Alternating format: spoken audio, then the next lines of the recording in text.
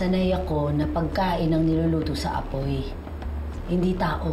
Kung sino man ang gumawa nito kay Coach, gusto niyang magdusa si Coach. Papatayin ko siya! Sino kaaway mo? Yung hayop na coach na yan, pinupolitika ako. Hindi ako sinali sa lineup dahil ayoko uminom ng steroids. Pinatake siya sa puso kapag kami-work. Yung barbell na kamot pinabitawan niya. Steroids. Ang daon dahilan kung bakit siya natake sa puso. I finally found our new chef. Meet Sugar Alvarez. Sugar Alvarez. Nice to meet you, Coach. Sugar, dalian mo. Anong sinabi niya? Sabi, dali na. Sino susunod?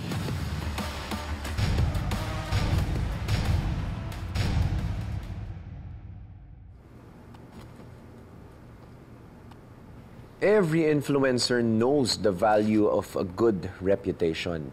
This is how you gain trust. Ito ang magpaparami ng followers mo.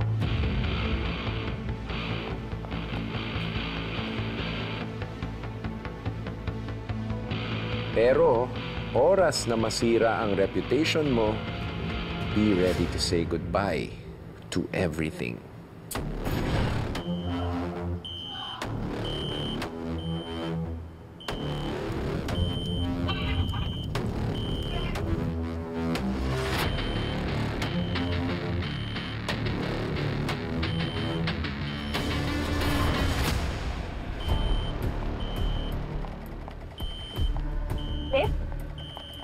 Okay? Sorry naman. What's happening? I don't know. Parang may sunog. Coach! Coach!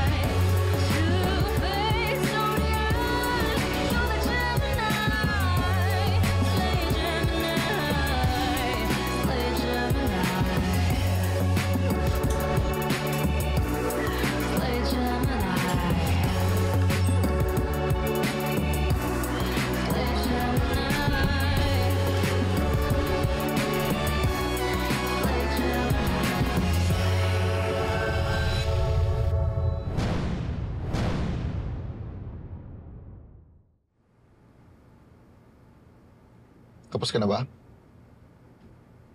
Pwede ka na ma-interview? That was my fiancé. He just told me that I shouldn't be talking to you without a lawyer present. Look, Miss, Baltazar, simple lang naman yung tanong ko eh. Gusto ko lang malaman kung ano yung nakita niyo. Well, basically, we saw the same thing. Zach was on fire. What more do you want from me? Your cooperation. Ayaw mo ba solve tong kaso? Hindi ka ba interesado malaman kung sino yung gumawa na sa kaibigan mo? Stop bothering me. Huwag kang assuming, hindi ikaw ang pinunta ko dito. Look, my brother. Hello. Hi, tita. Hi. Hey, Zach. Okay. Hi, tita. Hi, nice to see you, Iho. Nice to see you. How's the gym? The gym's doing good. Dami namin bagong clients, di ba? In fact, kaya nga ako nandito ngayon kasi ibibigay ko sa ito your dividend for being an investor at the gym. Alright, ha?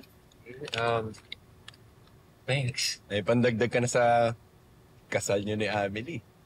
As if naman si Luke ang gagastos. Nakausap ko na yung mom ni Luke at siya na raw sasagot sa lahat. Basta dapat bongga daw ang kasal. So exciting. Actually, Ma, I was thinking, we want something a bit smaller, more intimate, maybe Bali or Phuket with friends and family. Hindi ka ba nakikinig, Amelie? The wedding has to be big. Excited na yung mga bisita ko.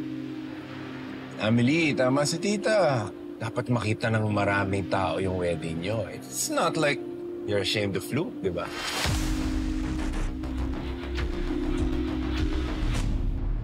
Basta live, ha?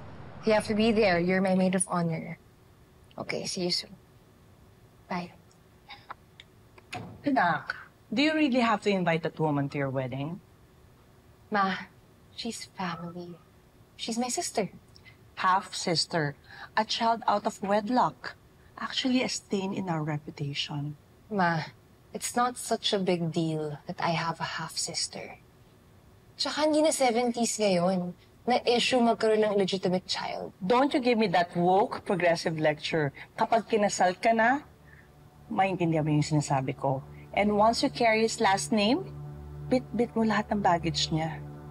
Then if you didn't want someone na may anak, bakit mo pinakasalan si Papa? Well, because my love for him is bigger than his past.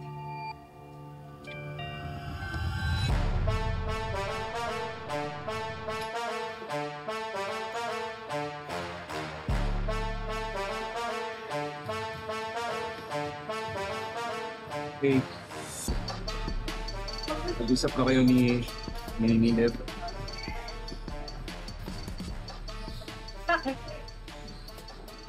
What did you do this time? Ano? Nag-cheat ka kay Liv? Zach, may sinasabi si Liv na isang babaeng pinagsasilosan niya. So what now, Zach? Look at me. There's nothing going on between me and that woman. Ano ba problema niyo? Pareho kayo eh.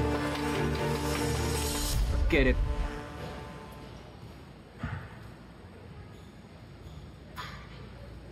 Look! Tayo naman mag-spar. Ano ka na-advance dyan? Time for you to level up. Do it. Okay, bro. Okay.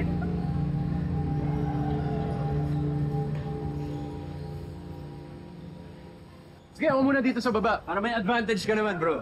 Okay.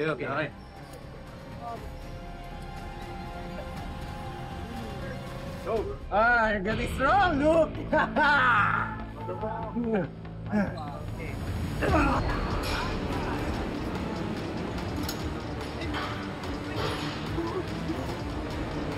Look! Hoy, Zach!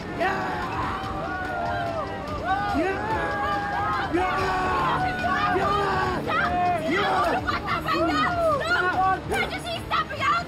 Tama na! Look! Oh, bakit? Hindi mo ba nakikita nagtatap ako siya kanina ba? Naglalaro lang kami ah. Bakit? Gano kami? Alam mo, kung may Gano kami away mag-away? kayo, huwag bumibu sa fiancé ko, Zach! Okay.